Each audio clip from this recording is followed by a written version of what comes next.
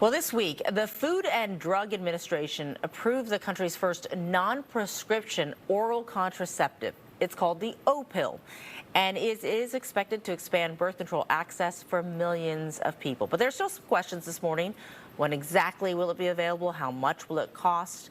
And those are things that they're still working out. Here to talk more about what it means, though, for women's health services and accessibility, we're joined by Grace Howard, Assistant Professor of Justice Studies at San Jose State University, I should say. Thanks for joining us this morning. Thank you so much for having me. This is a big deal. We should mention the O pill is not new. It was available by prescription since the early 70s, so there's a lot of safety efficacy data. It's been found to be 93% effective at preventing pregnancy. What does this do, getting it over the counter as opposed to behind the counter? The availability of over-the-counter hormonal contraception in the form of a pill is a really big deal. Many people have been unable to access, especially regularly, hormonal contraceptives because they require a doctor visit, a prescription, and then you need to find a pharmacy where they can fill it, right? So Yep. Let's say the pharmacy is closed, right? You can't get your pill. We have data showing that about a third of the people who have taken hormonal contraception have missed a dose because they were not able to refill that prescription. And so this is potentially a really big deal, especially for people living in rural areas. Yeah, making it easier, just to get it, and so you don't miss it. In the big picture, the statistic quoted by the FDA was that almost half of the 6.1 million pregnancies in the U.S. are unintended every year. We do know, of course, abortion access being restricted in many U.S. states. And when it comes to contraceptives, as you mentioned, the question is, can you get it? In California in 2016, they made it available to get it by a pharmacist, but that's not everywhere. Is this a trend that we're going to see, especially in light of everything that has happened in this post-Roe v. Wade overturning? I certainly hope so. It's right now more than ever.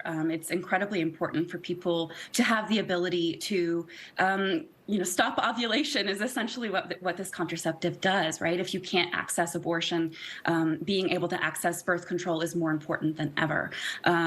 This is, though, it's only one kind of pill, right? A physician friend told me once that finding your contraceptive is sort of like shopping for a dress. A dress could be great and look really good on someone else, but maybe not on you. So it can take a little while to find the right one.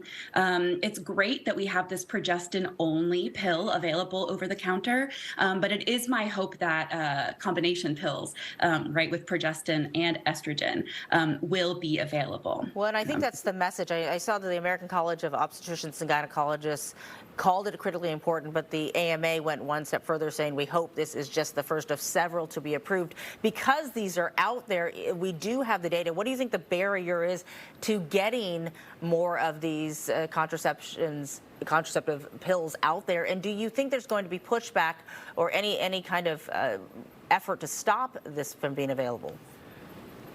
The reason why we're only seeing it become available over the counter now is purely political. It's not about the safety or efficacy of this medication, especially when you compare it to the alternative, which of course is pregnancy, right? It's purely political. I hope to see more of this happening, more availability, more access to contraceptives, but we do have legislators and people in the courts who hope to limit or perhaps make completely illegal contraceptives, including things like condoms. And so right now we're definitely in this very polarized kind of political setting. Of course, most people approve of contraception, right? They see it as a really important tool for people to kind of regulate their lives, regulate the course of their lives.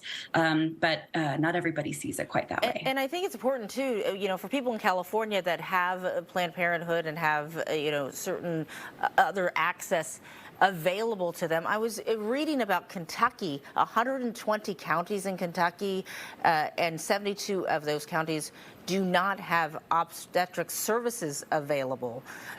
So when we're talking about access, in certain parts of this country, this is even maybe more important, but it does take away from any conversation that someone might want to even have. If they wanted to go to their doctor to get it, this is still a big concern in just the healthcare realm.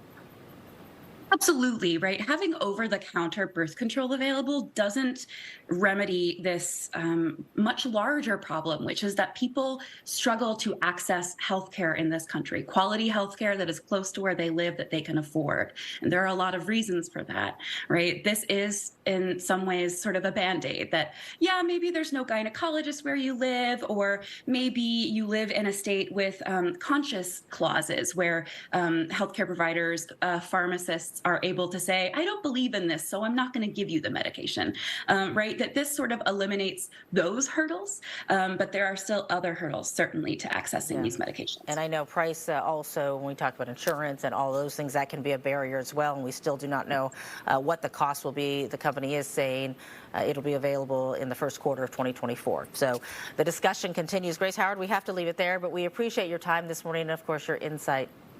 Thank you so much for having me.